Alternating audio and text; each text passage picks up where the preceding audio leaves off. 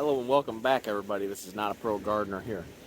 Now, it's been a couple days of below 30 degrees. Seems like everything's surviving. In our last video, we tarped this plot, and it's been maybe a week yet, so we're not going to do an update on that just yet. Just going to kind of make sure it stays weighed down. We don't want it to blow away. So, I have noticed some things wrong with the greenhouse. We're going to show you what we are doing to upgrade this greenhouse.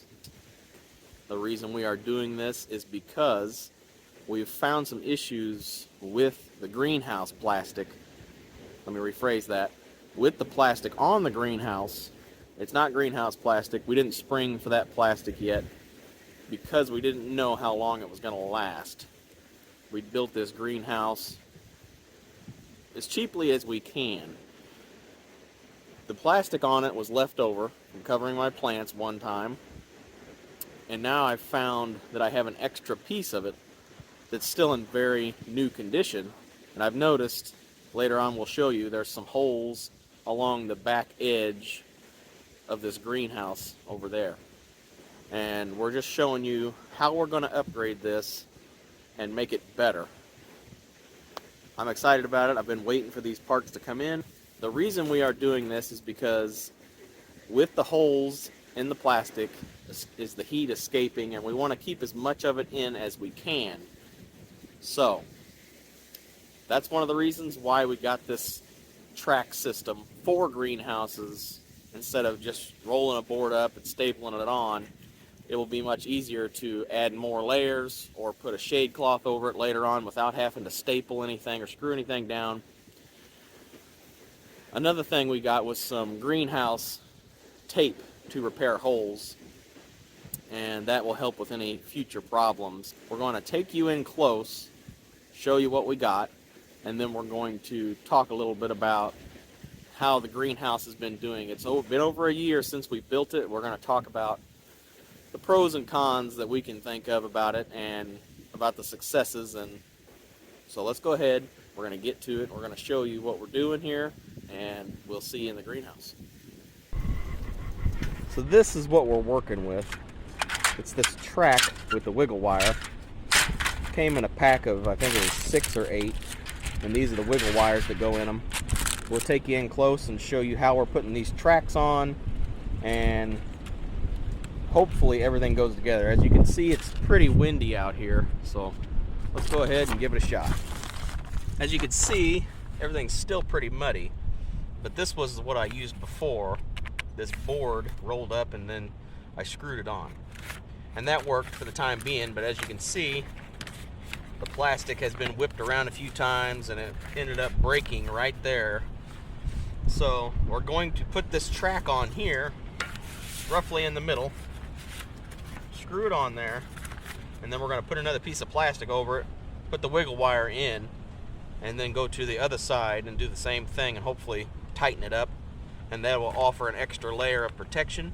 And with a little air bubble in between there, it should add a little bit more of a heat holding value to it.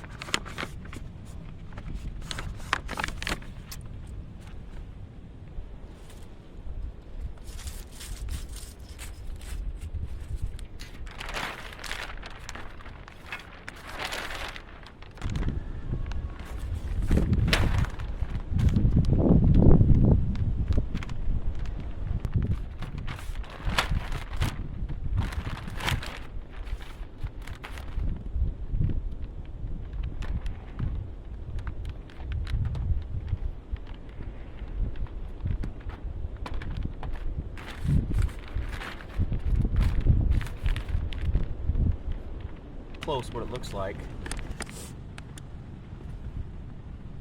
This is this wiggle wire.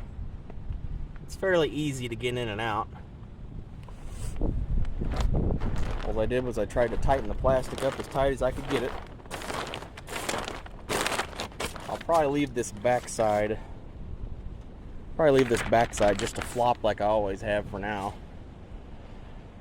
And let's take you inside and show you what it looks like. So this side, I just kind of stapled it like I did before. Here's the first layer, and then here's the second layer. Quick, easy fix for this next season. And the back side has got that wiggle wire on it as well, and the track. A very easy thing I can do for me to take off layers or add layers if I want to. So now, we are in the greenhouse. It's about 50 degrees in here. Still got my heater in this barrel of water here. One moment. Alright, so we are in the greenhouse. Still got my heater in this barrel of water. This aquarium heater. Everything seems to be doing semi-okay. Just some tests I'm running to see how cold I can let it get for cold season stuff in here. And some of it has gotten bit back by the frost. 49 degrees in here. 63% humidity. And all these are heat sinks. They all are full of water. Not doing too bad. Could be better. Sometimes it's got a quite. Sometimes you got to work with what you got, and this is what I had, so this is what I used. But this barrel is warm, really warm, and that really helps to keep the heat in here. Here pretty soon we'll be seed starting some onions, hopefully in the greenhouse. I think they will do just fine. As you can see, now that I got this second layer on, it's probably going to let even less light in. So for seed starting, it might not benefit me a lot, but with all the holes I had in the greenhouse plastic, I needed something to help hold everything together and hold that heat in. Now, I don't really mind the extra light loss, because some seeds need light to germinate, some don't, so it's not such a huge deal for me.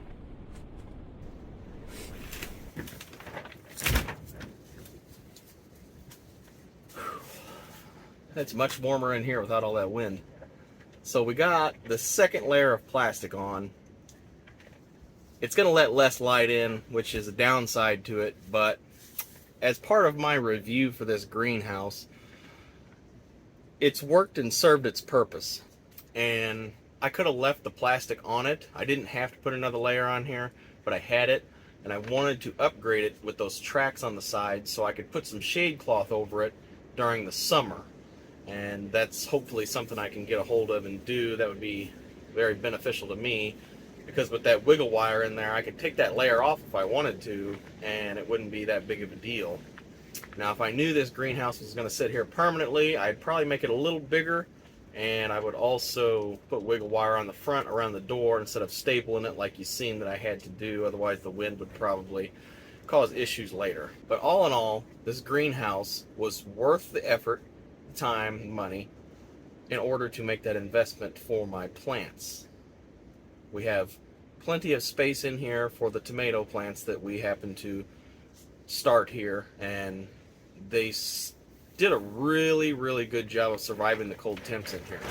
So hopefully we're going to try seed starting our onions and cold season crops in here instead of doing it in the house, and I hope that we can get it worked out. So we're going to take you on that journey whenever we get there and show you how we do it. So if you got any tips or tricks, let me know in the comments below.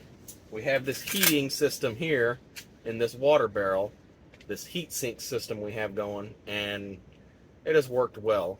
We have had tomato plants growing in here, I think in February is whenever we started it, and they survived. I mean, yeah, sometimes I had to cover the top of the greenhouse to insulate it even further I put a sheet of plastic in here about head height, and I had that airspace in there which held the heat better in here, and it seemed to work for me, and I was able to grow the tomato plants a lot earlier. I really think it was worth putting the effort into this greenhouse, and it's been over a year, and everything, all the bones are still solid, just the plastic was what needed replaced. I might not even need to replace this year, but it's not a pressing issue. So hopefully whenever we get around to seed starting our cold season things, we can take you on that journey and show you how we do it. But I would like to hear down in the comments below what experience you had, and any helpful tips would be appreciated. And this is Not a Pro Gardener here. Don't forget to like, share, subscribe, and I'll see you next time out here in the greenhouse. Have a great day.